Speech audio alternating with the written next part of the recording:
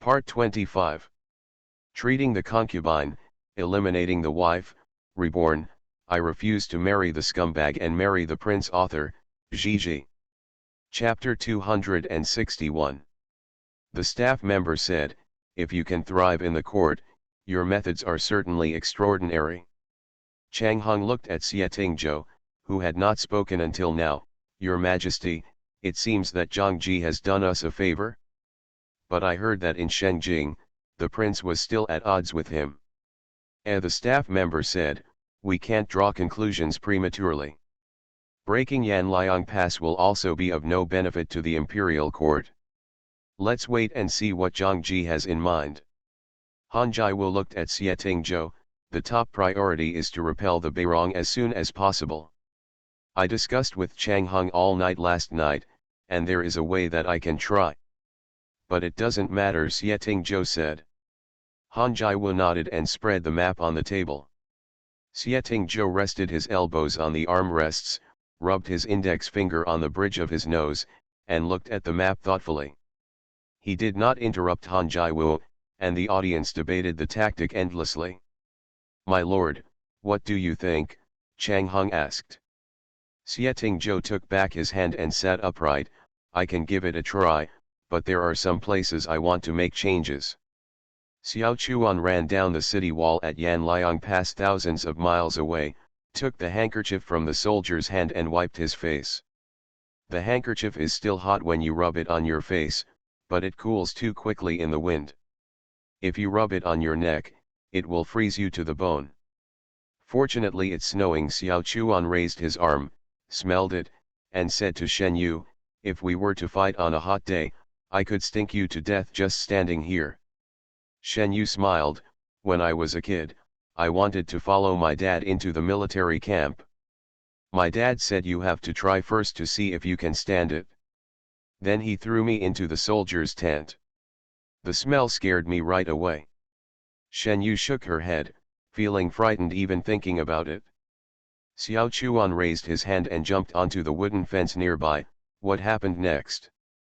"Later," Shen Yu said leisurely, "he laughed at me at that time. I am very stubborn and strong-tempered. It's okay if he doesn't laugh. I have to fight with him when he smiles." Xiao Chuan smiled and said, "You won." Shen Yu smiled and shook her head. "I didn't win, but he lost because of the word father. I had to adapt to the smell of the military tent, and then I fainted from the smell. He had no choice but to let me enter the camp." Xiao Chuan laughed so hard that he almost fell off the shelf. He quickly grabbed the railing. The soldiers on the side laughed even more and made fun of Xiao Chuan. "General Xiao, your body is not good enough." "That's right, how come your legs are weak after just guarding for a few days? Get out of here." Xiao Chuan bent down and grabbed a pile of snow and threw it over. "Master Xiao, I'm still here." The soldier laughed and ran away. This is really not like the tension in the war. Most people are very relaxed. Everyone has learned to have fun in hardship. It would be better if there was no occasional sound of trebuchets smashing against the wall outside. Shen Yu listened carefully and said, "The offensive has become weaker." Xiao Chuan nodded. "We have become weaker since this morning. We are harder than they thought.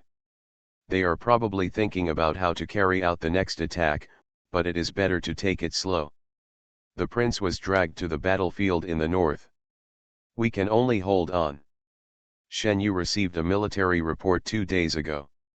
The northern battlefield that had been resting for several years broke out again. The Beirong army almost penetrated the northern capital. Fortunately, Xie led troops to return for reinforcements.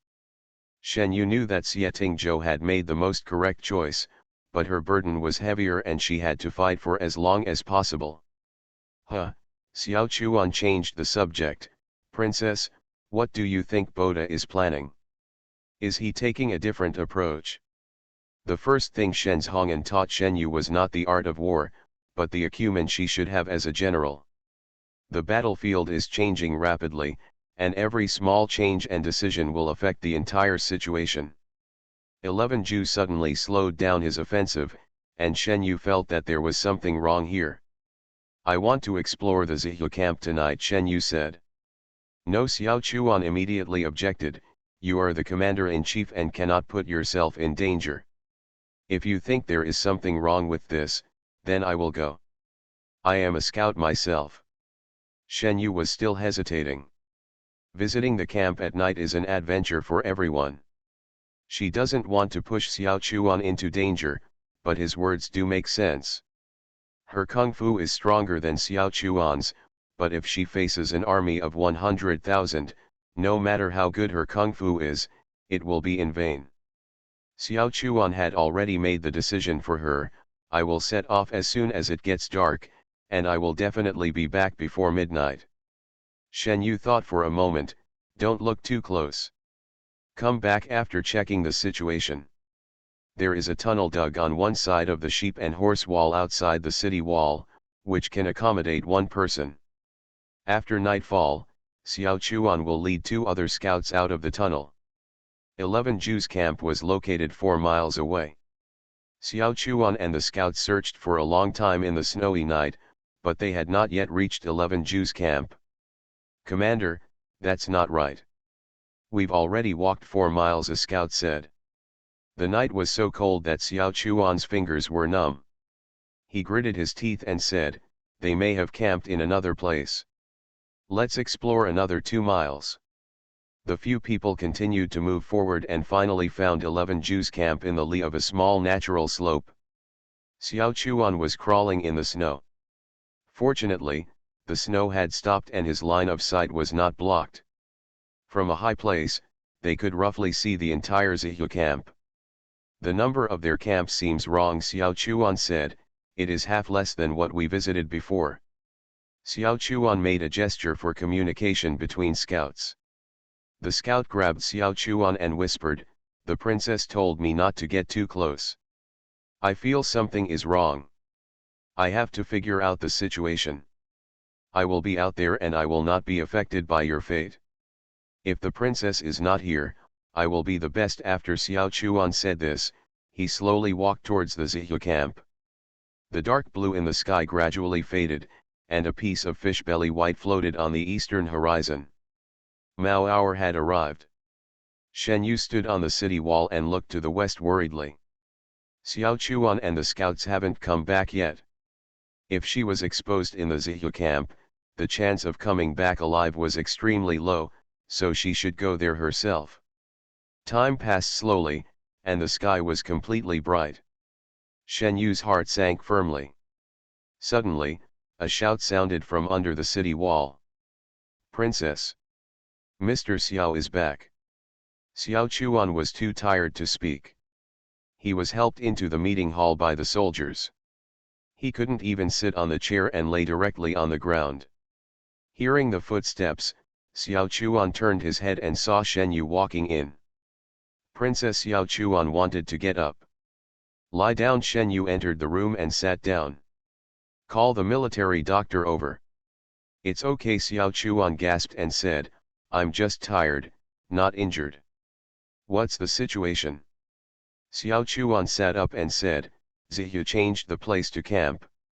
I thought it was 4 miles away, but after searching for 8 miles, they moved the camp back 4 miles. There were not even 100,000 people in the camp. Shen Yu frowned, the army that pressed down on the territory before was indeed 100,000 people. Treating the concubine, eliminating the wife, reborn, I refuse to marry the scumbag and marry the prince. Author, Gigi. Chapter 262.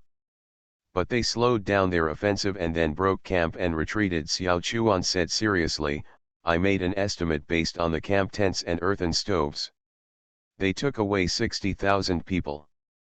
Where did these 60,000 people go? Shen Yu said, last year, the Zhiyu South camp wanted to take a detour and sneak attack from the other side. That's where I came from. Xiao Chuan smacked his dry mouth and said, I and the other 2 scouts were discovered by the Zhiyu people. We stole their horses and were chased all the way.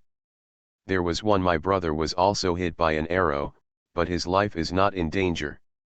We are far away. We circled back from the south, and there is no Zihu army over there.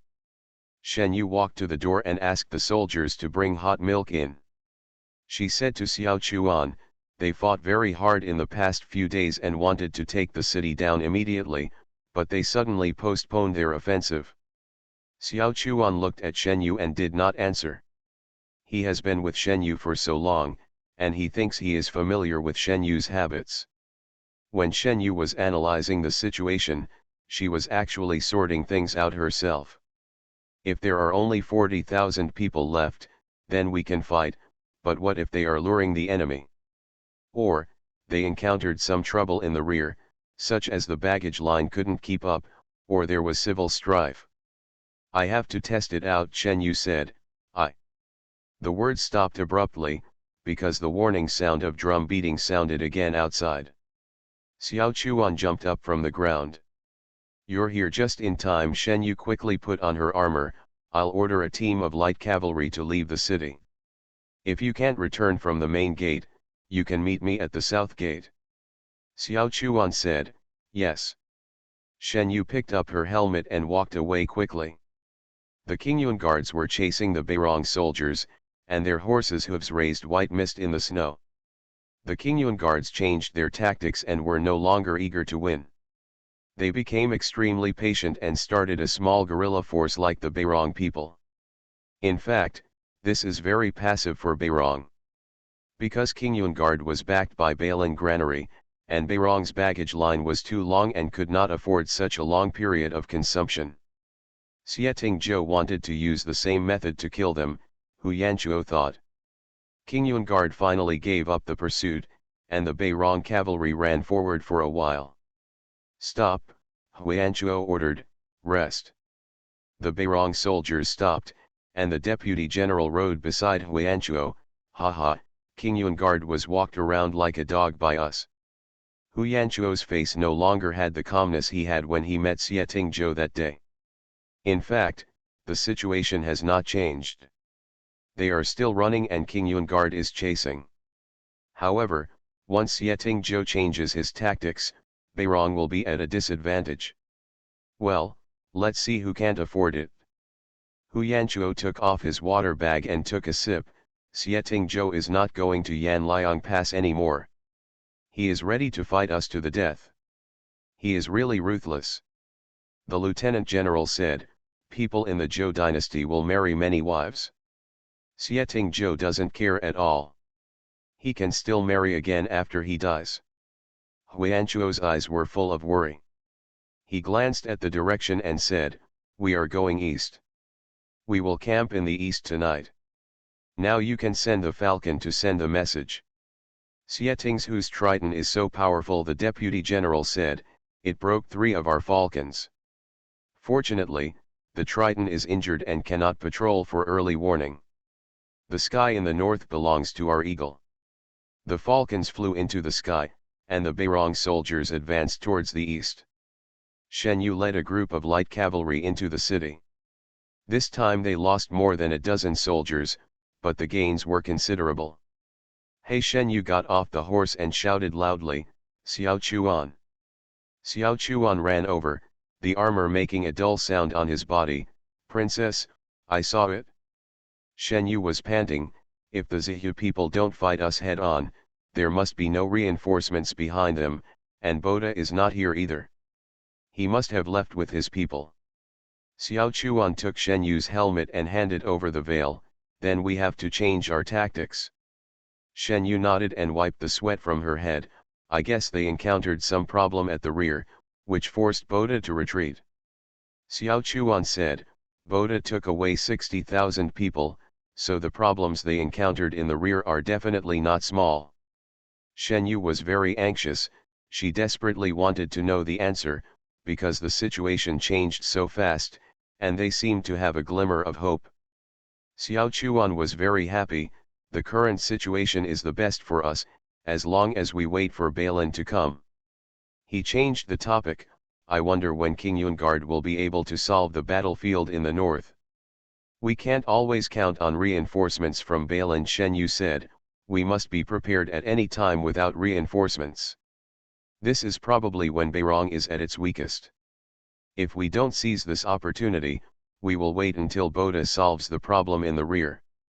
The problem comes again, if King Yunguard still fails to arrive, then we will have no chance. Xiao Chuan also knew this, then go ahead and kill them. If they don't fight from the front, it means they are afraid. Princess, you lead the troops to suppress the formation, and I will lead people to the rear to stab them in the butt. Shen Yu glanced at Xiao Chuan, and Xiao Chuan touched his nose sheepishly. I'll think about it again, Shen Yu said. She always felt as if she had missed a very important piece of information and she had to remember it. Shen Yu didn't take off her armor and walked back and forth in the meeting hall. Suddenly, an inspiration flashed in her mind. She went out and mounted her horse in one go, and returned to the yard in less than a moment. King Chang Liu didn't even have time to say hello when he saw Shen Yu rushing in like a gust of wind. Fei. Shen Zhao's letter, that letter. Shen Yu took the letter out from under the pillow, read it several times, and returned to the meeting hall. Boda encountered a surprise attack in the rear, Shen Yu said excitedly.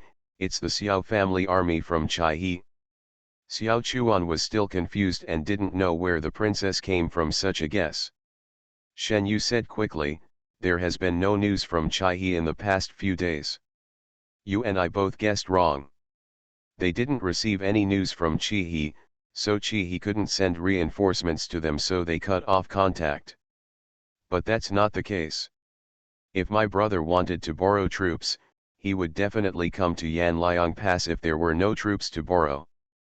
But he didn't come because he persuaded your father to go deep into the hinterland of Zihu.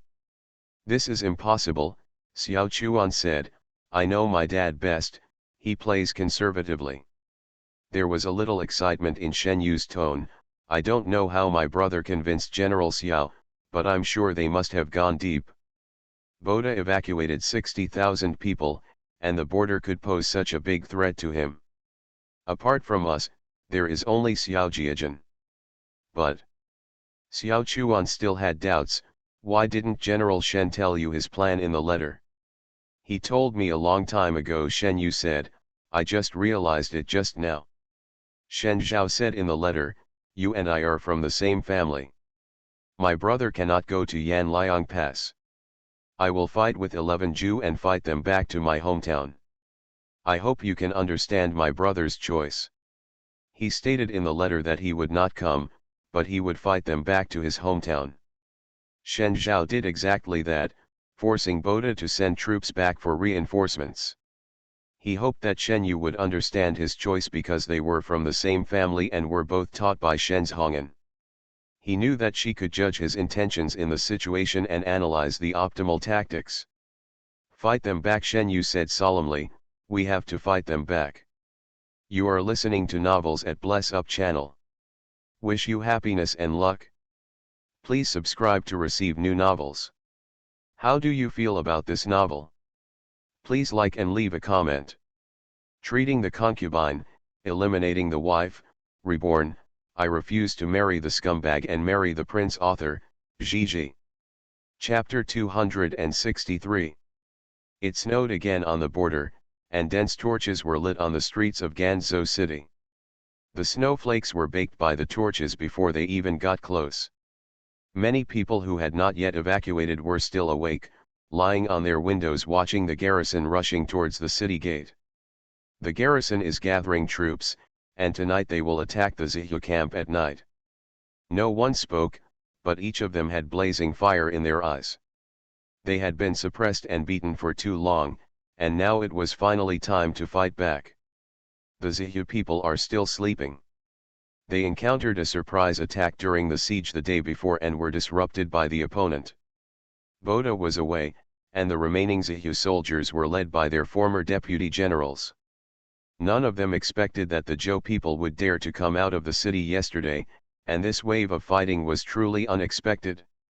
The lieutenant general was sitting in the camp, talking with several soldiers around the fire. Hearing the sound of the wind and snow outside, he thought that there were two roads in front of him now. He would break camp and retreat to meet Boda tomorrow, defeat the Xiao family army that penetrated deep into the hinterland of Zihu, or prepare for the next attack. I have long thought that the troops should not be divided into two groups, one person said, but the leader did not listen. He wanted to use us to suppress the Zhou garrison. He was too greedy. Another person said, who knew those cowering turtles would dare to come out, but fortunately, they are only fighting in small groups. We will continue to attack the city tomorrow morning. Even if we cannot attack the city, we must suppress them. Yes, Xietingzhou was held up on the northern battlefield. We have a lot of time. The deputy general remained silent. Their morale had been suppressed yesterday, and attacking at this moment was not a good option. He slowly closed his eyes, vaguely feeling something was wrong. Suddenly, he leaned over and pressed his ears to the ground, feeling a faint vibration coming from a distance. The next moment, he heard the shouts of the soldiers on the watchtower. It's an enemy attack. You, the deputy general shouted, the Zhou people are coming, hurry up and meet the enemy. The Zihu soldiers were woken up from their beds. Before they were fully awake, they heard the vibration of horse hooves in the snow. The sound of war drums sounded from far to near, making the sky roar. The Zihu people rushed out of the camp and saw only a wave of cavalry and infantry pouring into the camp. The king is very quiet in the night.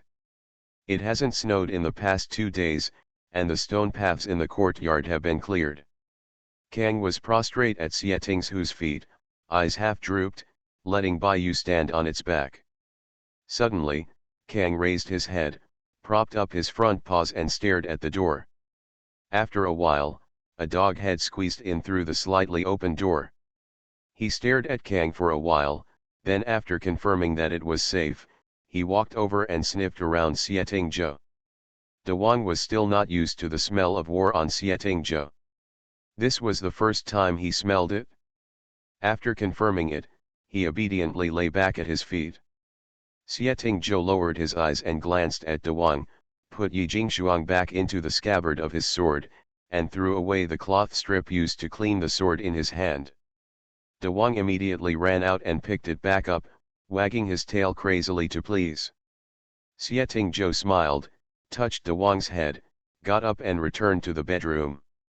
The bed was empty and it was cold no matter how much I slept at night. Since she left for the war, the house has become deserted, and it becomes even more lonely after dark. Xietingzhou touched the pillow she had rested on with his fingers, his eyes deep, and he didn't know what he was thinking. In fact, she had not slept on this pillow many times. At night, she slept on Xietingzhu's arms and rested on Xietingzhu's chest. He stood up, put down the bed curtain, and wrapped the white cloth strips around his wrists. Wait until I come back. I don't know who he said this to. The moment the horse galloped out of the city, Hai Dongqing also fluttered his wings. The generals were sitting around in Huanchuo's tent, drinking goat's milk. During the war between the two armies, goat's milk was a luxury. This is the temporary camp set up by Huanchuo in the border ridge. They crossed the border ridge before it snowed, and have been camping in different places since then. In order to affect the battlefield in the north, he set up several camps, where nearly 20,000 Beirong soldiers were stationed. We must change our style of play and cannot continue to go around in circles with Xietingzhou, Huanchuo said, listening to the north wind blowing outside and looking at the swaying tent. The lieutenant general said, since we can no longer fight guerrillas, it is better to fight an ambush. Don't Qingyun guards like to chase them? Then lure them into our encirclement and ambush them. Huanchuo held the bowl, neither denying nor immediately affirming this tactic. His opponent is Xietingzhou. He has lived in Xietingzhu's shadow for a long time. Huanchuo knew how strong his opponent was, so he had to be very careful in guessing Xietingzhu's thoughts and tactics. Xietingzhou will only retreat to the rear and command, a general said. He lost the ability to fight a few years ago. A general who cannot go to the battlefield is a waste. Huanchuo glanced at the other person and said, I have been defeated several times by the loser you call him. he defeated me when he was 15 years old. The general's lips moved and he did not dare to answer. The fire in the middle became smaller and smaller. Huanchuo dug out it with a machete, and the fire became stronger again. The northwest border is in flames of war. I don't believe that this couple can defend Dazhu. As long as we and Boda create a gap at will, Dazhu will be ours. The general became inspired by Huanchuo's ambitious speech. I don't think we need to be afraid. Xietingzhou is no longer the same Xietingzhou as before. That year we suffered heavy losses and he beat him back to Beirong, but Xietingzhou was seriously injured, and he was commanding from behind, unable to take into account the changes on the battlefield in a timely manner. Yes, we can seize his weakness and engage in a transformational war. They think we are running away, but we are actually setting a trap. Okay, Hu Yanchuo affirmed, pointing the tip of his knife at the map. Tomorrow you lead 15,000 people to ambush here, and I will lead 5,000 people to lure the enemy. After discussing the details, several generals slept in Huanchuo's tent. When the army moved in the morning, only 5,000 people remained in the camp. A general walked out of the camp and blew his whistle into the wind. After waiting for a moment, he did not hear the sound of his hunting falcon flying back. He called again, and Huanchuo lifted the curtain from the tent and came out. "What's wrong?" The general said, "A go flew to someone unknown and has not come back yet. The hunting falcon is the eyes of the Beirong people in the sky." Xietingzhou absorbed the advantages of the Beirong people and tamed Heidongking, who was difficult to tame even the Beirong people. Huanchuo blew a whistle into the sky, and the falcon on his shoulder immediately flew out. This time, his falcon did not come back. Several people stood at the door of the camp and waited quietly. Huanchuo opened his palms and let the wind pass through his fingers. "There will be a snowstorm tonight or tomorrow at the latest," he said. "We must swallow their men and horses today." Treating the concubine, eliminating the wife, reborn, I refuse to marry the scumbag and marry the prince. Author, Gigi. Chapter 264. Count the casualties immediately. Shen Yu took off her helmet and dismounted to check Ben Xiao's injuries. "I was cut in the battle before, but luckily I was wearing iron armor and my trousers was damaged, but everything else is fine. This night attack was really beautiful." Fortunately, they responded in time. The daytime attack was followed by night attacks, which did not give the Zihu people any time to consider and change their battle plan. Xiao Chuan ran over through the snow and gasped. When they escaped, they let go of the horses in the stables and burned the grain and grass, but they were not burned out yet. I sent people to transport them back. Shen Yu looked at the direction in which the Zihu people were escaping and thought for a while, then said, "You immediately count the casualties. We will continue to lead the troops to pursue them. They can't run far. We will capture 10 people alive to lead the way. We will ask separately who gave the retreat route that is inconsistent with the others. Just chop one of them and let me see who dares to lie." Also Shen Yu quickly made arrangements. "Let Cao Guan come in to clean the battlefield, and let people keep an eye on him to prevent him from enriching his own pockets. Each person will prepare dry food for 5 days. We will set off in an hour. We have to march in a hurry." The clouds were low before it started to snow. Behind Beirong were the Qingyun guards in black armor, chasing them closely. They fled east and west, constantly changing the direction of their escape. They seemed chaotic, but in fact they would make adjustments every time their route deviated, and they were always moving in the same direction. Their soldiers have already been ambushed there, and they only need to lead about 10,000 Qingyun guards behind them into an ambush to eat this wave. The casualties of 10,000 people are a huge loss of vitality for either side, which is equivalent to breaking through the stalemate and gaining an advantage. Huanchuo stared straight ahead. Above their heads were several soaring falcons. "Almost there," said the general on the side. Huanchuo glanced back on his horse, and then looked ahead where the snow and sky met. The arrows behind him fell into the snow. Huanchuo's ears were filled with the sound of his own breathing, and the war horse was panting from exhaustion. "Right in front," Huanchuo said, pointing ahead. As they got closer and closer to the place where they ambush, the pursuers behind them suddenly stopped. Huanchuo gradually realized something was wrong, and he smelled the smell of blood carried by the wind. "Stop!" Huanchuo suddenly reined in his horse, and the falcon fell from the sky, staring sharply ahead. He blew a long whistle, and the falcon reluctantly took off at the command. However, before it could fly high into the sky, a sea turtle suddenly swooped down from the clouds, grabbed a falcon in the air and tore it violently. The hunting falcons let out a shrill scream. 3 hunting falcons and a sea turtle fought together in the air, and their feathers fell from the sky with fluttering sounds. "Retreat!" Huanchuo shouted, "retreat toward the northwest." He had already seen that it was Xieting's whose Hai Dongqing. No one's falcon could surpass it and become the overlord of the sky. Xieting's whose Haidongqing appeared in front, but there was no movement in the ambush place ahead, which only meant that there was something wrong with their tactics. Maybe they were wiped out, maybe they escaped. And there is only one way he can go now, which is to escape towards the northwest. At the same time, the falcon named Agu had half of its wings torn off by Baiyu. It could not maintain its balance in the air and fell into the snow. Huanchuo ran forward desperately. In the cold wind and sweat, he thought about what went wrong. Was there a traitor among them? The Beirong people fled to the northwest during the attack. Haha! Huanchuo gasped, but the cavalry in front suddenly reined in their horses. The cavalry behind them had no time to stop and almost collided with each other.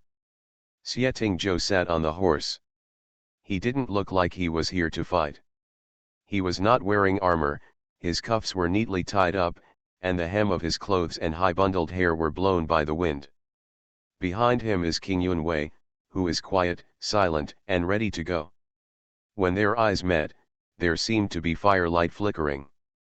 At this moment, Huanchuo finally knew where the problem was. Xieting Zhou didn't know where he was ambushing, but Huanchuo's behavior told him. His countless changes of direction just pointed the direction to Xieting Zhou. Huanchuo didn't choose to come here by himself, but Xieting Zhou made him choose this place. Xieting Zhou only had to ask people to block other directions, and Huanchuo would definitely hit his knife edge. Huanchuo held the knife on his waist and stared at Xieting Zhou. "I didn't expect you to go to the battlefield in person. Can you still afford the weapon?" Xieting Zhou slowly pulled out the sword that had not seen blood for a long time. "Don't bother, maybe you don't know the sword blade made a sound rubbing in the scabbard." Xieting Zhou said with a smile in this voice, "It has wanted to drink your blood for a long time." The Qingyun Guard was like a huge black rock, colliding hard with the Beirong army in the vast snow. In an instant, the sound of killing broke out in the sky and the earth. Huanchuo's opponent is Xieting Zhou. When the weapons met, he realized that he had underestimated the enemy. He is Xieting Zhou, the one who can still chase him for more than 100 miles even after being seriously injured. But he also discovered Xieting Zhou's shortcomings in his moves. Xieting Zhou was weak inside and could not hold on for long. Huanchuo saw it. The scimitar cut across and blocked Xieting Zhou's sword. He smiled evilly on his horse and suddenly turned his horse's head in another direction. Xieting Zhou followed closely behind, riding against the wind and chasing after him. Xieting Zhou lay on the horse, staring closely at the back of the horse in front of him. He had thrown away the obstructive cloak, and the corners of his clothes were blown backward by the wind. He wants to kill Huanchuo. Whether it was for the sake of the war situation or because Huanchuo had verbally insulted Shen Yu, he would not let this person go. The wind howled in his ears, and Xieting Zhou raised the bow hanging on the side of his horse, aiming it at the back of the person in front. Huanchuo was sweating from running. He could hear the hooves of horses chasing behind him. He has the best war horse in Beirong, but he can't keep the distance at all. He knows that Xieting Zhou has been poisoned and his body cannot support running for a long time. As long as he delays time, he will be the final winner. As long as the green hills remain, there is no need to worry about running out of firewood. Huiyanchuo thinks that Xieting Zhou obviously does not understand this truth. Xieting Zhou dares to break away from the army and pursue him. He will drag Xieting Zhou to death. Call out. The arrows made a sound as they passed through the wind. Huiyanchuo pulled the reins, the horse moved a little, and the sharp arrow missed. Huiyanchuo secretly rejoiced in his heart. Another sharp arrow came one after another. He only had time to tilt his body. The arrow grazed his arm and shot out, leaving a streak of blood on his arm. Huiyanchuo cursed. He pulled the horse's reins hard, and the horse's head suddenly turned in one direction. He slowed down, pushed his horse back when Xieting Zhou was approaching, and rushed towards Xieting Zhou. The horse's hooves stepped on the ice of Shima River. A burst of heart palpitations suddenly struck, and Shen Yu suddenly reined in the reins. Princess, Xiao Chuan turned the horse's head and came back. What's wrong? Shen Yu looked back to the north. She was stunned for a long time with severe heart palpitations and vague uneasiness. Then she shook her head and said, "It's okay. Let's keep walking." Treating the concubine, eliminating the wife, reborn, I refuse to marry the scumbag and marry the prince. Author, Gigi. Chapter 265.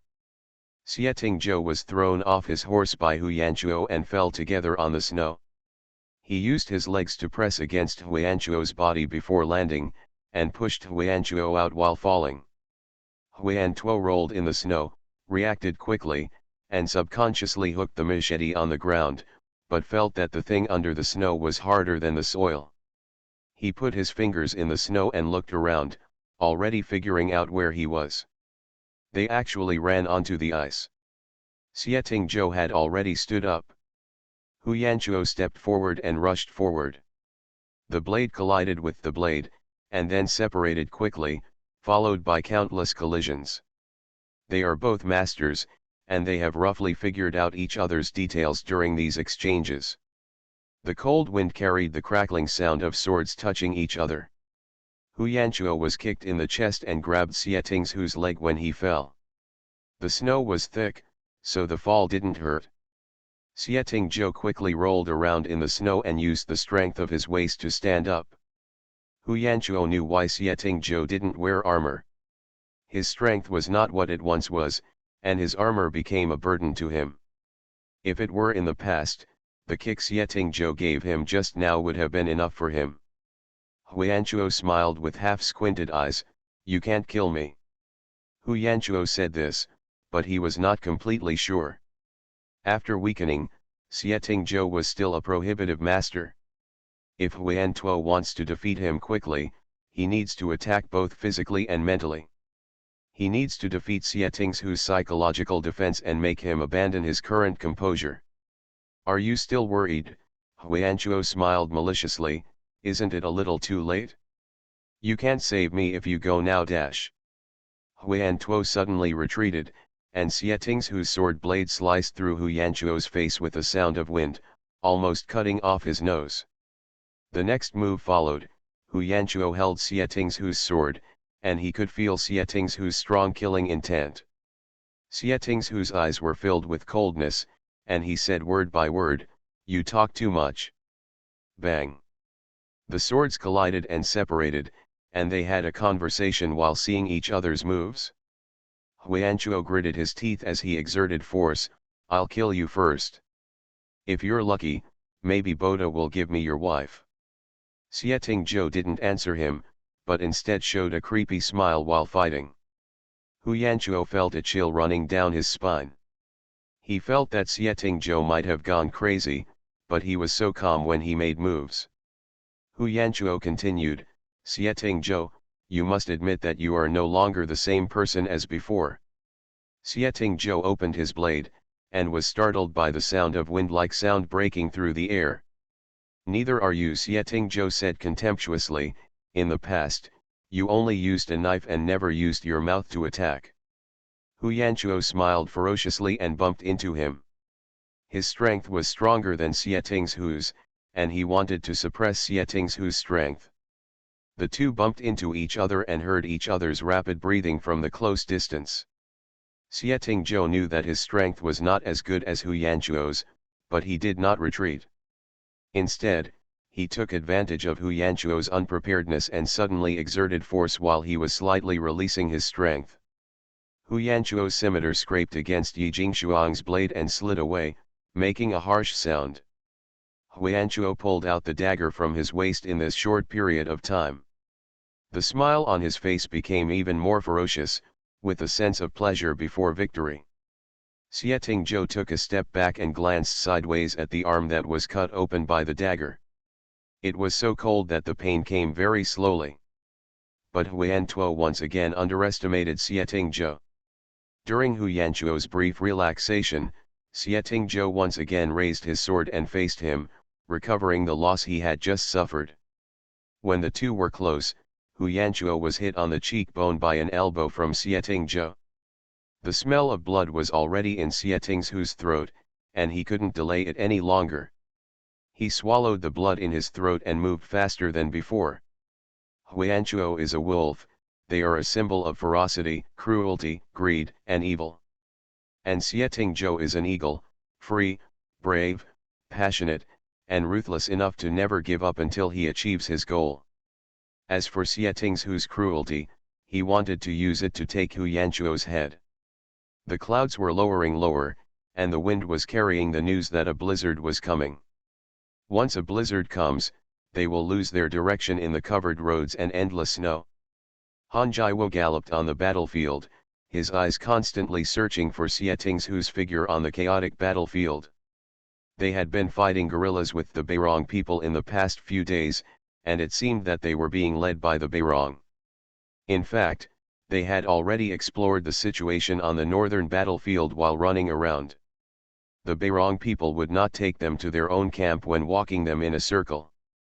As long as the Qingyun guards were tight enough, no matter how they walked, the place they subconsciously avoided must be in the direction of their camp.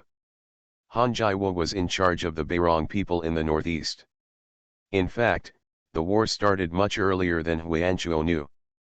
The fighting started before dawn, and the fighting was extremely fierce. He hurried over as soon as the victory was stabilized. "Where is the prince?" Han Jiwo grabbed a Qingyun guard and asked. Qingyun Wei looked confused and looked around. It was still there before. How long was it before? Before the war begins. How long has it been since the war started? Han Jiwo was covered in sweat and blood, and he was anxious. Han Jiwo asked several Qingyun guards to ask, and finally one of them said that the prince and Hu Yanchuo had a fight, and they would not know anything about it later. The snow on the battlefield was trampled into a mess, and there were footprints in all directions. It was impossible to tell which direction they were leaving. Han Jiwo rode his horse and ran in the snow, and finally saw Heidongking hovering in the sky in the distance. The two hunting falcons behind Baiyu were in hot pursuit, but Baiyu seemed to be in a hurry, and only occasionally stopped to tear away the siege of the hunting falcons, and did not want to deal with them. "It's going in one direction." Han Jiwo hurriedly hit his horse and shouted, "The first and second teams obey the order and follow me to the north." The strong wind picked up the snowflakes and flew close to the ground, swirling against the hem of Xie Tingzhu's robe. Xie Tingzhou and Hu Yanchuo's weapons were lost during the fight, leaving them fighting hand to hand. Hu Yanchuo grabbed Xie Tingzhu's neck and pinned him down in the snow. He tried hard with his hands to strangle Xie Tingzhu's neck. Xie Tingzhou held Hu Yanchuo's fingers tightly, but let go at the next moment and punched Hu Yanchuo on the temple. Hu Yanchuo was stunned for a moment, and the strength in his hand relaxed uncontrollably. Xie Tingzhou seized this opportunity, hooked his foot, and the situation was reversed in an instant. Han Jiwo was running desperately in the snow. He had already seen the two people in a fierce battle. "Drive." Han Jiwo continued to move forward. You are listening to novels at Bless Up channel. Wish you happiness and luck. Please subscribe to receive new novels. How do you feel about this novel? Please like and leave a comment. Treating the Concubine, Eliminating the Wife, Reborn, I Refuse to Marry the Scumbag and Marry the Prince. Author, Gigi. Chapter 266. Hu Yanchuo's knees were smashed by Xie Ting's kick in the fight just now. He was leaning on one leg and his neck was strangled by Xie Tingzhou behind him. Xie Tingzhou hooked his neck and kicked Hu Yanchuo's legs from behind, making him kneel on the ground. He leaned over slightly and said viciously, "Want to strangle me? Come on, let me see what you can do." Hu Yanchuo opened his mouth wide and gasped weakly, his face turned purple. His fingers dug into Xie Tingzhou's arm, holding on tightly in an attempt to gain some breathing space. Xie Tingzhou picked up the sword in the snow with his foot, and when he placed it on Hu Yanchuo's neck, he raised his eyes and saw black armor rushing towards him from a distance. "Goodbye," he whispered. Blood suddenly splattered in the snow. Han Jiwo fell off his horse, stumbled a few steps forward, and then stopped. Hu Yanchuo's body was slapped into the snow, and blood was still spurting out from his neck. Bai Yu grabbed the falcon and swooped down, stepping on Hu Yanchuo's headless body. Xie Tingzhou straightened up. There was a beautiful blush on his face, and he didn't know whose blood it was. His eyes stared sharply at Han Jiwo, and he threw Hu Yanchuo's bloody head out of his hand while gasping. The severed head rolled around in the snow, and the blood spread on the red plums. Hu Yanchuo's head was staring at the sky with his eyes wide open among the red plums. Xie Tingzhou said quietly, "Bring up camp and head west." Since the beginning of the war, Cao Guangjin has never been so relaxed. When the servants passed by, they vaguely heard him humming a ditty.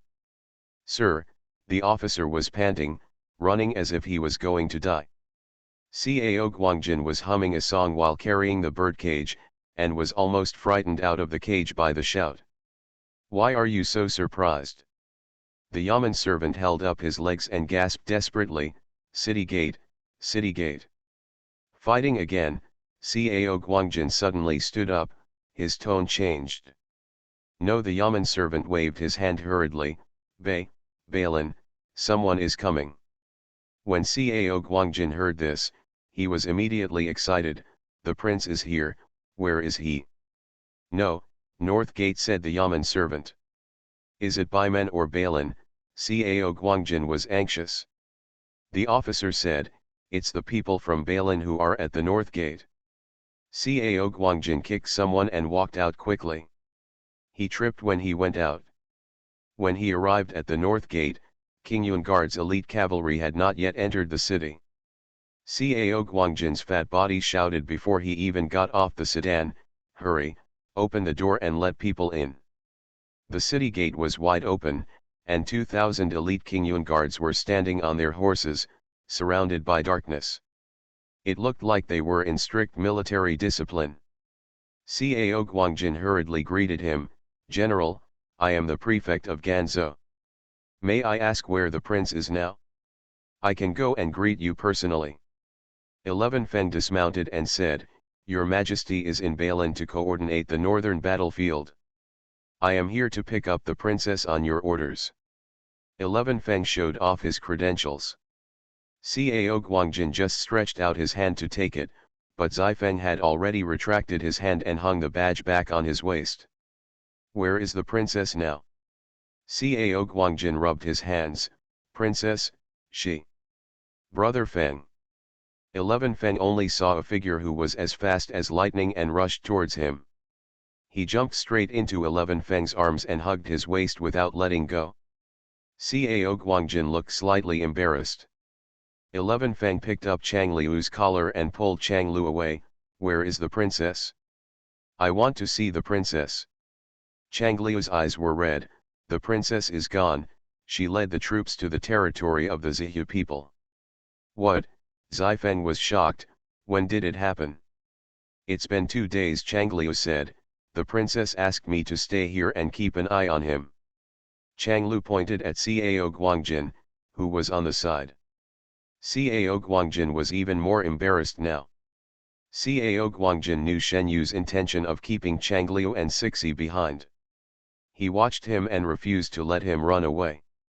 Now that the Zihu people were gone, he didn't have to run away at all. "Brother Feng, it's great that you're here," Changliu said with a cry. "You let the brothers of King Yungard take over my job. I have to find the princess." Feng didn't speak for a while, looking at everything inside the city gate. The army broke out of camp and went deep into Zihu. After the fighting stopped, the people who had taken refuge in the pass began to migrate back one after another.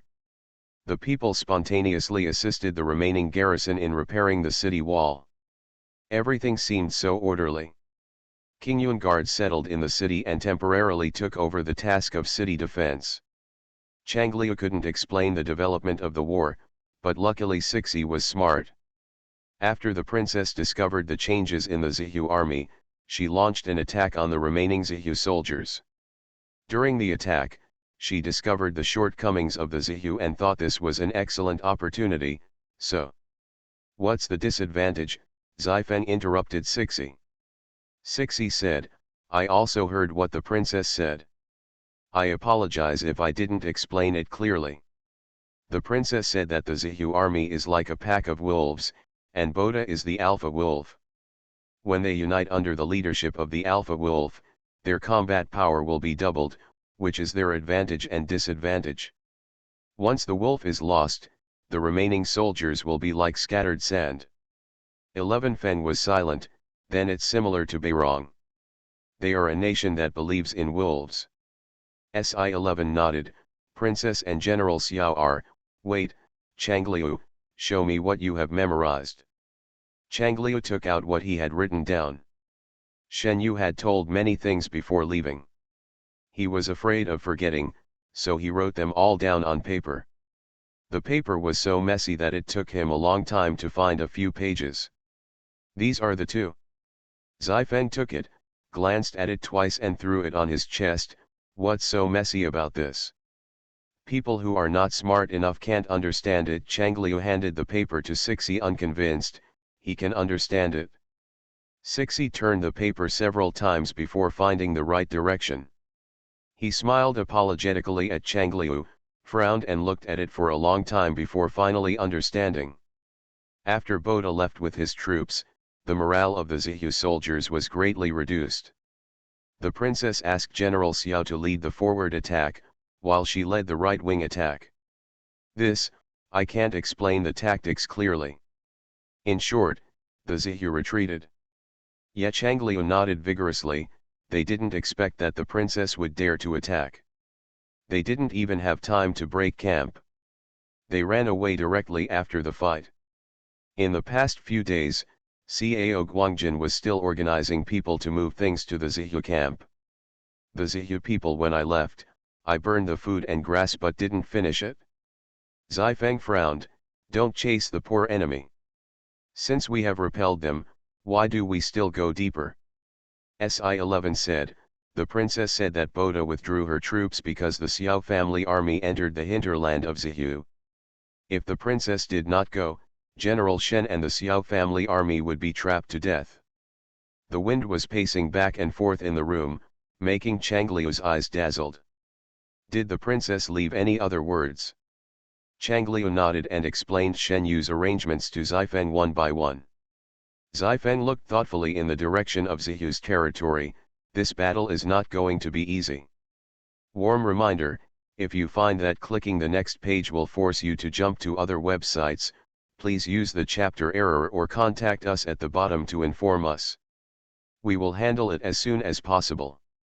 Thank you for your understanding."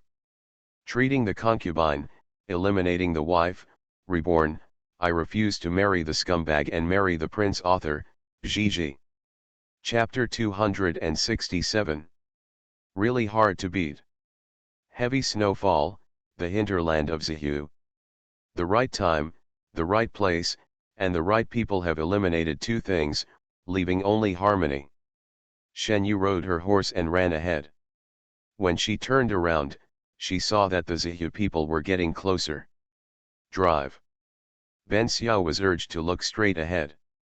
It was a cub bred from the best war horse in Yanliang Pass, and it was a gift from Shenzhongan to Shen Yu. It roamed the border for several years, and no horse could outrun it. But Ben Xiao didn't seem to adapt to the cold weather further to the northwest. The cold made its movements sluggish, and it seemed to be no different from other war horses. The ordinary war horses of Zihu could gradually get closer to it. Lieutenant General 11 Ju shouted, "Kill, catch that woman.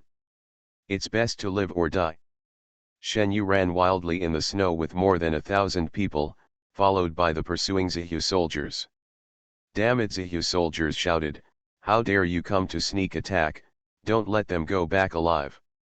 The Zihu soldiers chased with red eyes as if they had been given blood, as if victory was close at hand. Shen Yu leaned down on the horse and looked back, then looked ahead. Xiao Chuan was crawling in the snow, his whole body almost stiff with cold. But none of them moved.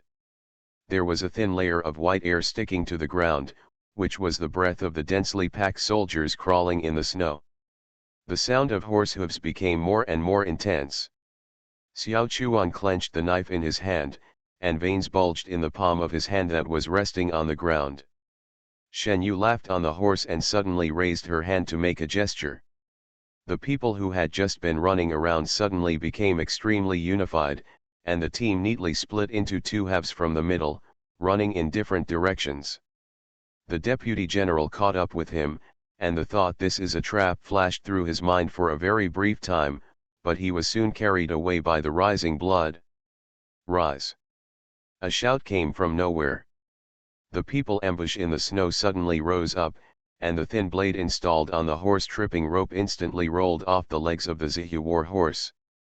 The horse stumbled and fell to the ground. The soldiers behind him could not avoid it, and the iron hoofs trampled over the bodies of their companions.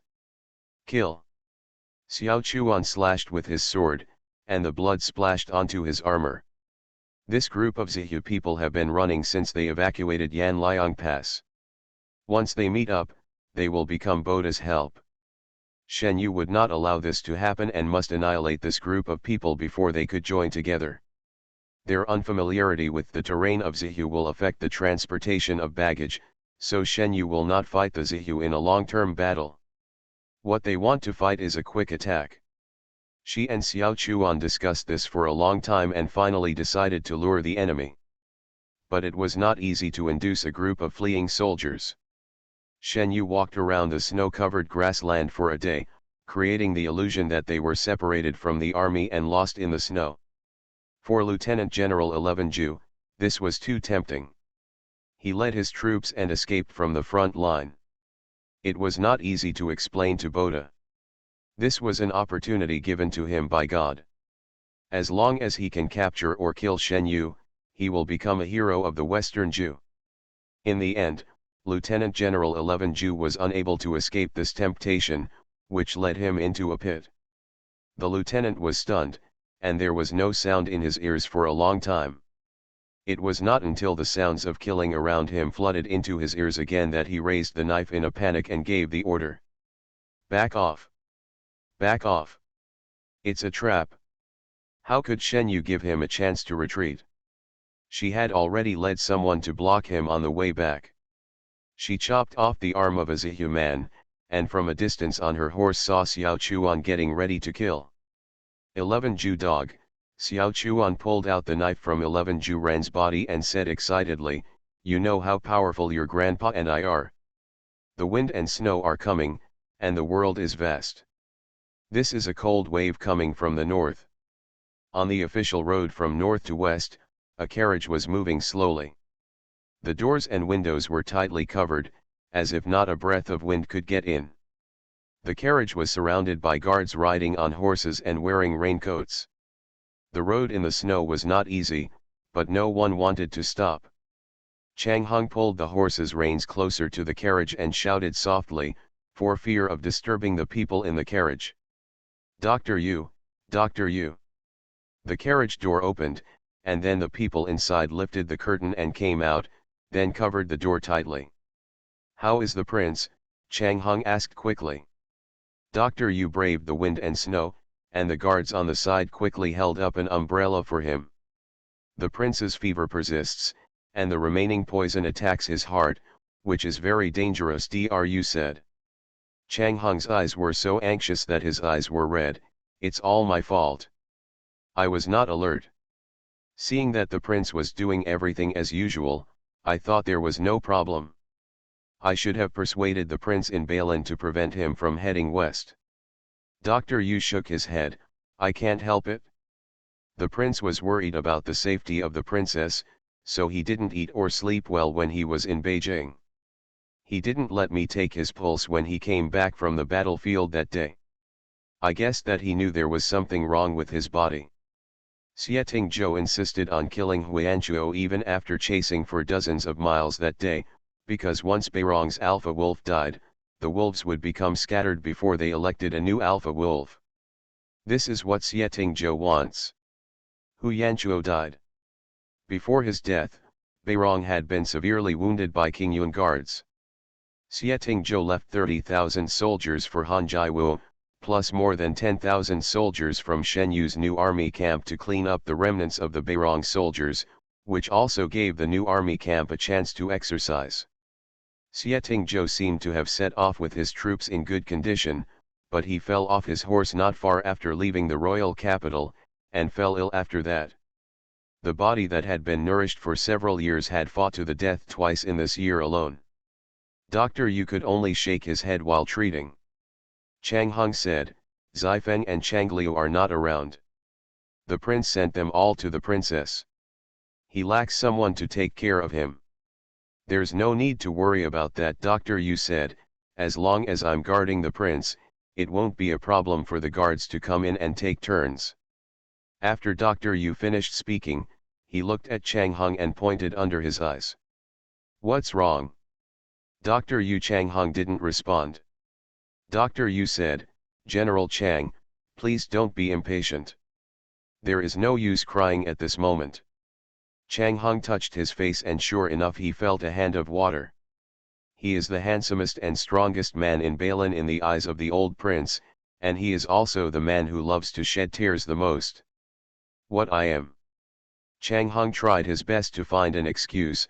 My eyes like to cry in the wind. This is called romantic eyes. Dr. Yu did not reveal the truth and returned to the carriage, only to see that Xie Zhou had opened his eyes. Warm reminder, if you find that clicking the next page will force you to jump to other websites, please use the chapter error or contact us at the bottom to inform us. We will handle it as soon as possible. Thank you for your understanding. Treating the concubine, eliminating the wife, reborn, I refuse to marry the scumbag and marry the prince. Author, Gigi. Chapter 268. Your Majesty, Dr. Yu said in surprise. Xie Zhou didn't respond. His mind hadn't fully woken up from the chaos, and he just opened his eyes. Xie Zhou's body felt very uncomfortable with the fever, and his internal organs were aching, but he knew that he still had many things to do.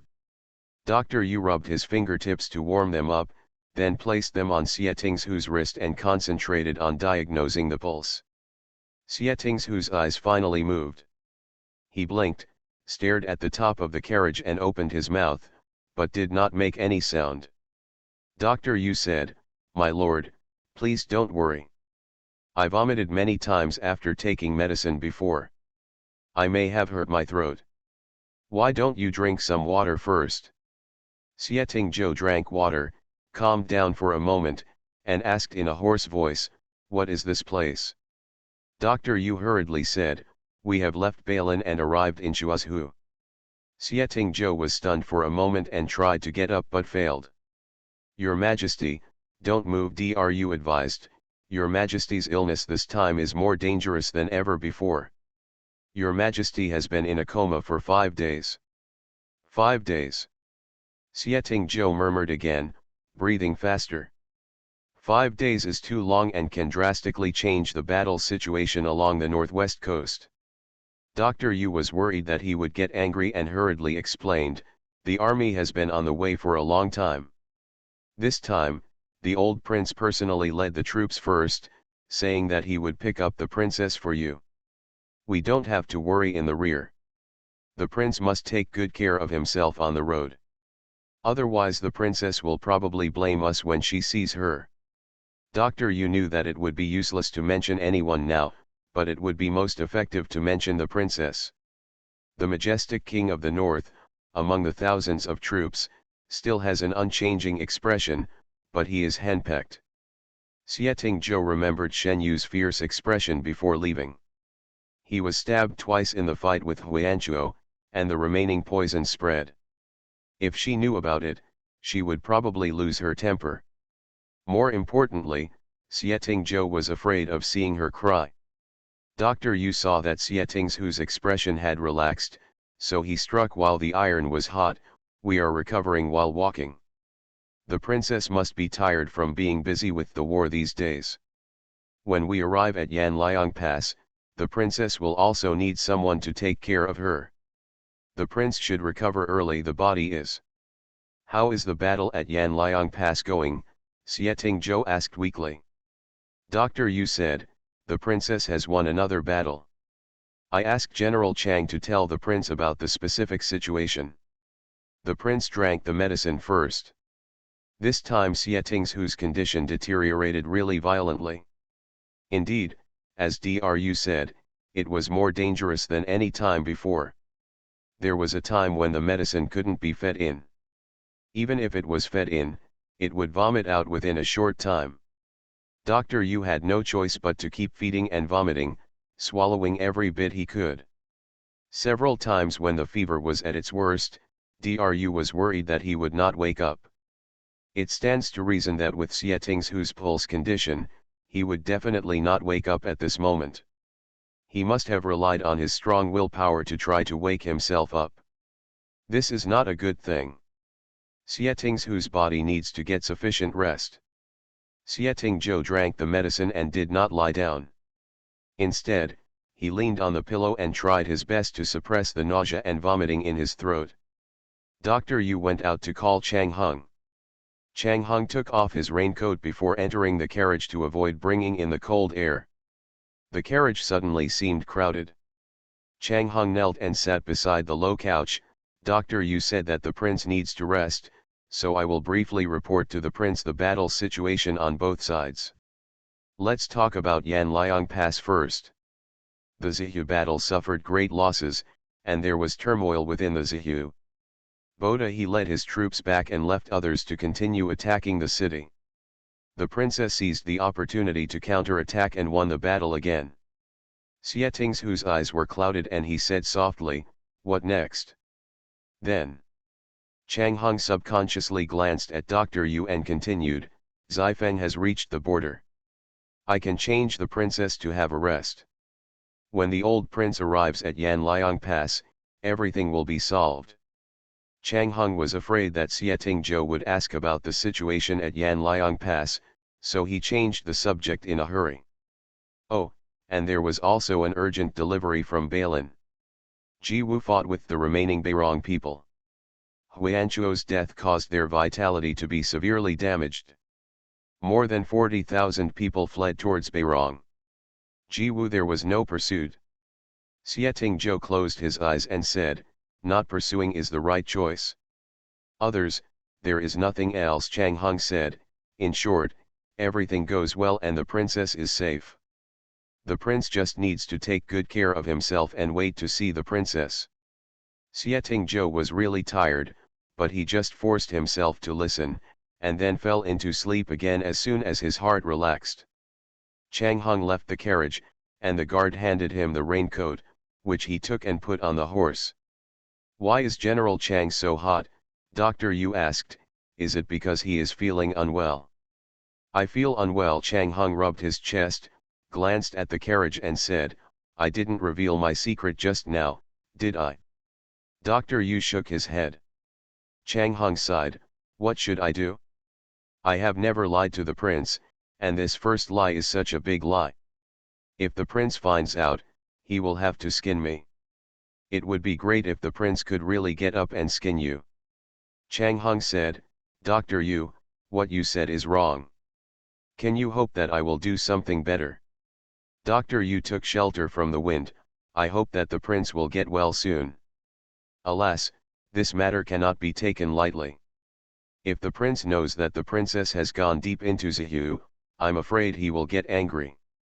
This snowstorm came suddenly. Shengjing had not seen such heavy snow for many years. As soon as Li Jifeng got off the carriage, Xiao Huangman came to hold an umbrella for him. Your Majesty came early today. Look, it's snowing non-stop. The servants haven't even had time to clean up. Your Majesty, please be careful where you go.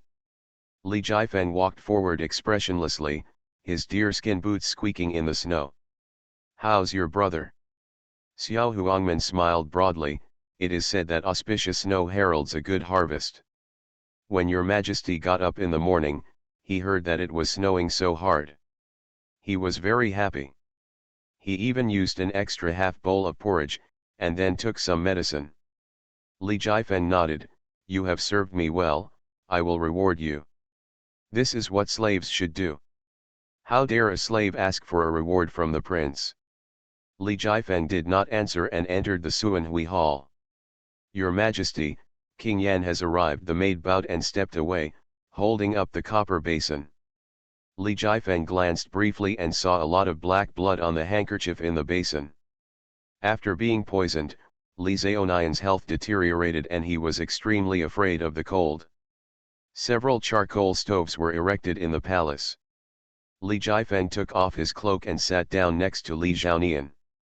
You're here. Li Zhaonian was lying on the couch, covered with a thick fox fur mattress. Li Zhaonian has become extremely thin.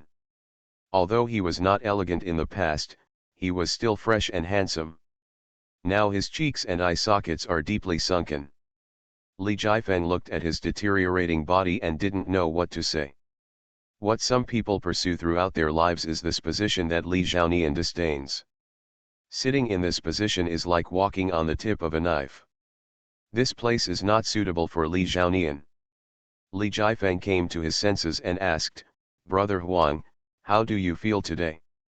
Warm reminder, if you find that clicking the next page will force you to jump to other websites, please use the chapter error or contact us at the bottom to inform us. We will handle it as soon as possible. Thank you for your understanding. You are listening to Novels at Bless Up channel. Wish you happiness and luck. Please subscribe to receive new novels. How do you feel about this novel? Please like and leave a comment. Treating the Concubine, Eliminating the Wife, Reborn, I Refuse to Marry the Scumbag and Marry the Prince. Author, Gigi. Chapter 269. Every day is the same, Li Zhaonian said weakly. I don't know how long this day will last. Li Jifeng was silent for a moment. The war in Bailin has ended. Beirong has lost its future king. I believe that in the next 10 years, no one in Beirong will dare to climb that mountain again. Without Huanchuo, there will be other tribes, Li Zhaonian said slowly. The war will not stop because people are greedy by nature. Li Jifeng felt the deep disappointment in Li Zhaonian's heart from his words. Everyone had designs on him, and everyone rebelled against him. In the end, only Li Jifeng, his younger brother who was not close to him before, was left. Isn't the court peaceful today? Li Zhaonian asked. Li Zhaonian lingered on the bed, and he only had a few waking hours every day. He only went to court a few days ago. On weekdays, Li Jifeng was in charge of the country as the emperor's younger brother. Li Jifeng said, Brother Wang's imperial edict to establish the emperor's brother-in-law has pushed me to the forefront, and the Zhang family has done a lot of tricks behind my back. The Chu family poisoned and murdered her, but Li Zhaonian could not provide any evidence.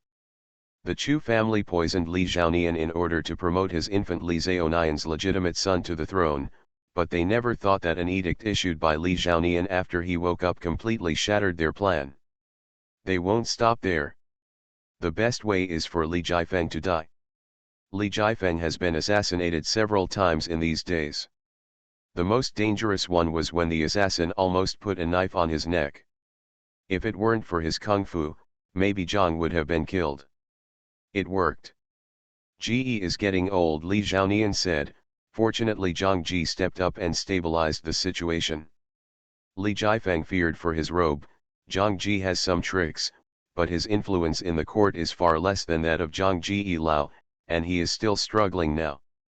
Li Zhaonian pressed his forehead in pain and said, "It's too chaotic. This world is too chaotic. If you take a look at all the history books from the last years of the past dynasties, you won't feel confused." "The history books have been beautified," Li Jifeng said. Li Zhaonian stared at the closed window for a moment, then suddenly said, "Open the window and let me take a look at the snow. I may not be able to see the next one." He is an emperor, but he acts so cowardly. Whenever he wanted to open the window, the eunuchs and maids would kneel on the ground and say that the imperial doctor had told His Majesty not to see the wind, kowtow and shout for mercy. He didn't want their lives, he just wanted to see a snowfall, but it was so difficult. Li Jifeng paused for a moment, then stood up to open the window. There was heavy snow falling outside the window, and Li Zhaonian poked his head, still unable to see the distant palace wall. Perhaps he could only fly away from this place if he died. The cold wind blew in. Li Zhaonian covered his lips with a handkerchief and coughed a few times. Li Jifeng immediately reached out to close the window. "Brother, take care of yourself." "Yes." Li Zhaonian looked away. "I still want to see her again." "Who does the emperor want to see?" Li Jifeng didn't respond for a moment, just let someone pass it on. When he finished speaking, he didn't hear Li Zhaonian's answer. When he turned around, he saw that Li Zhaonian had closed his eyes. Xieting's whose lethargy lasted for a day, and they had not left Shuazhu when he woke up. "Last night I heard that the official road ahead had collapsed and it was difficult to move forward. The yamen was already undergoing emergency repairs, so the team had to stop on the road and find a post station to temporarily settle down. Shuazhu is close to Balan. It was Balan's help in the disasters and banditry in the past few years. The prefect was extremely grateful to him, so the army passed through Shuazhu without any obstruction." Chang Hung knelt in the corridor, crying with snot and tears. It took a long time for Dr. Yu to come out and whispered, "Your Majesty, let you in."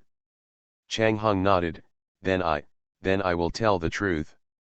"What else can I do if I don't tell the truth?" Dr. Yu said. "Your Majesty is more sensitive than ordinary people. If you can't hide it, don't hide it." Chang Hung stood up and walked in, then knelt in the room and said, "Your Majesty." The conditions of the inn were not very good, and the charcoal stoves were moved in by Konia Lin himself.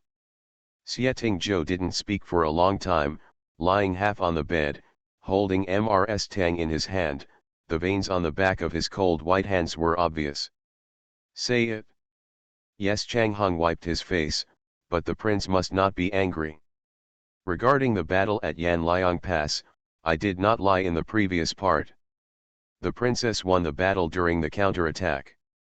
However, the princess pursued the deserters into the west. Within the territory." Xieting Zhou closed his eyes.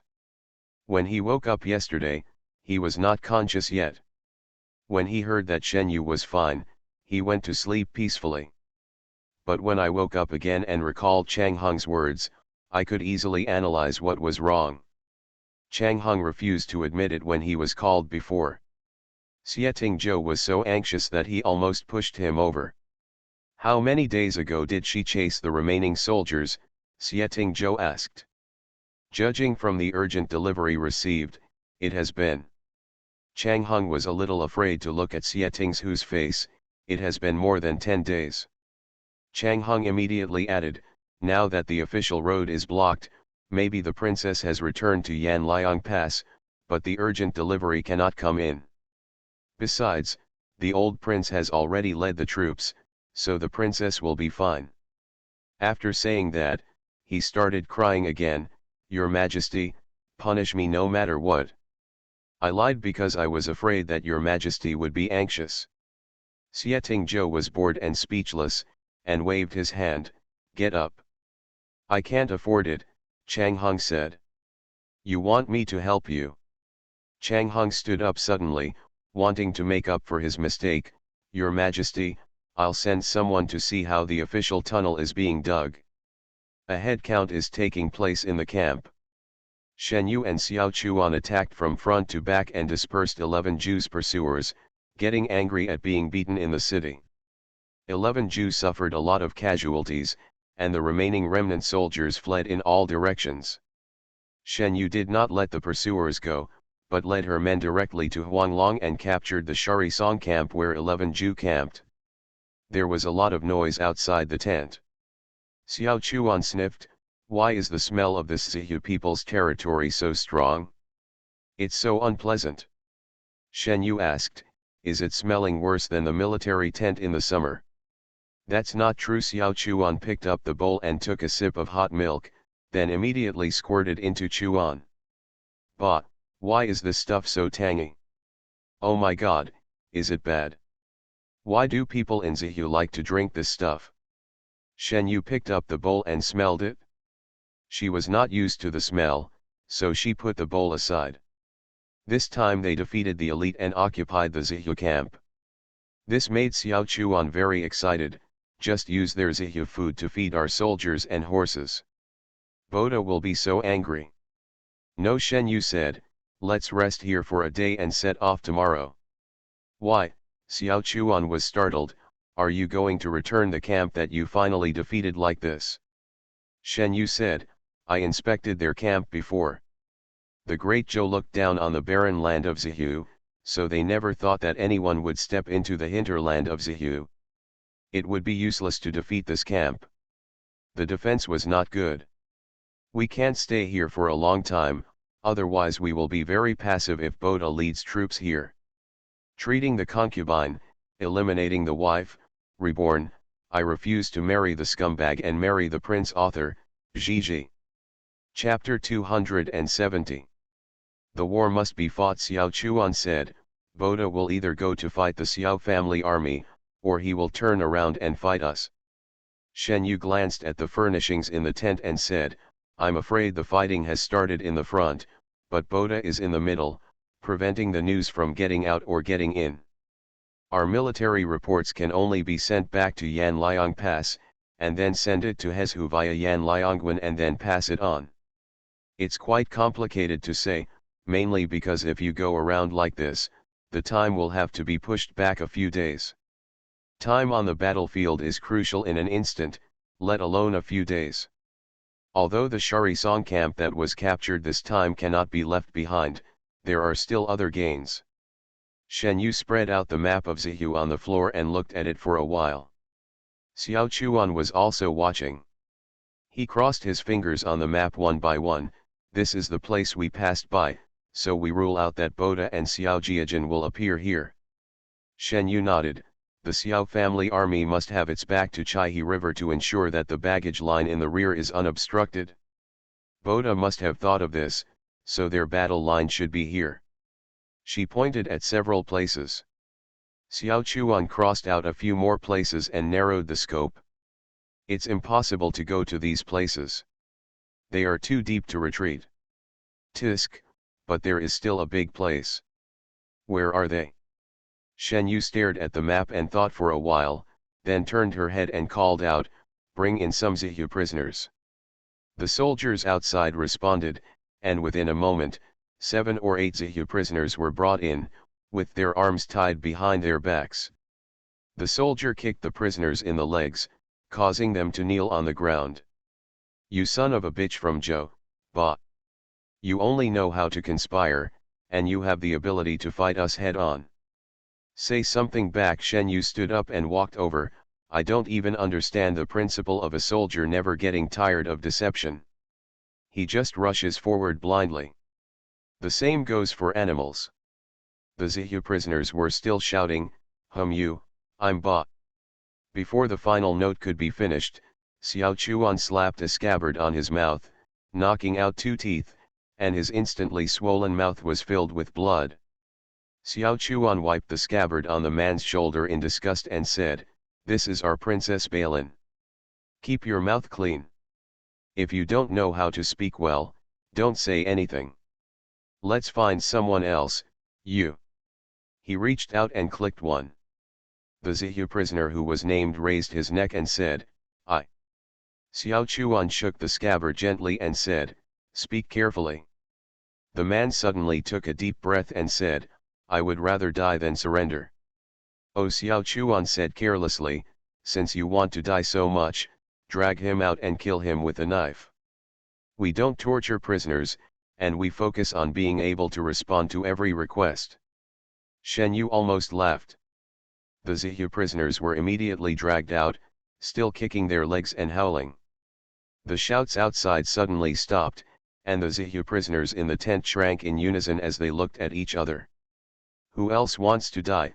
Xiao Chuan pointed his knife at the Zihu soldiers one by one. If you want to die, just tell me quickly, and you can still go on the road together. All the Zihu prisoners remained silent.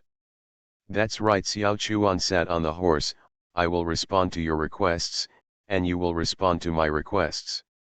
This is called reciprocity. Isn't it good for everyone to be happy? Xiao Chuan said, let me ask you, where is Boda? Who can tell you first, entertain you with good wine and good food, and let you go back? I, Xiao Chuan, don't lie. The Zihu prisoners looked at each other from left to right, and it was obvious that some of them had begun to waver in their hearts. Us. Don't say it, a Zihu prisoner reprimanded loudly, don't believe them. The Zhou people are insidious and cunning. If we tell them, they will still kill us. If we tell them, the leader will not let us go. Xiao Chuan threatened and induced, I didn't tell you that you would die, but I told you that you still have a chance. Don't you want to see your family? None of the prisoners spoke. Xiao Chuan put the knife on the neck of a Zihu prisoner, you really don't want to tell me? The prisoner gritted his teeth and closed his eyes. Xiao Chuan looked at Shen Yu, who shook her head slightly and said, take them all down and lock them up. You won't kill us, asked the leading prisoner before, why don't you kill us? Shen Yu lowered her eyes and looked at the few people, I respect you as a man. I will not kill prisoners. Xiao Chuan frowned, Princess, the Zihu dogs have killed so many of us, we can't let them go. Take it down. Shen Yu allowed no room for doubt. Xiao Chuan's chest was panting, but he didn't say anything more. The heat in the tent made people's cheeks heat up, and their minds began to feel slack. Shen Yu put on a big cloak and said, I'm going out for a walk to wake up. Shen Yu raised the curtain and went out.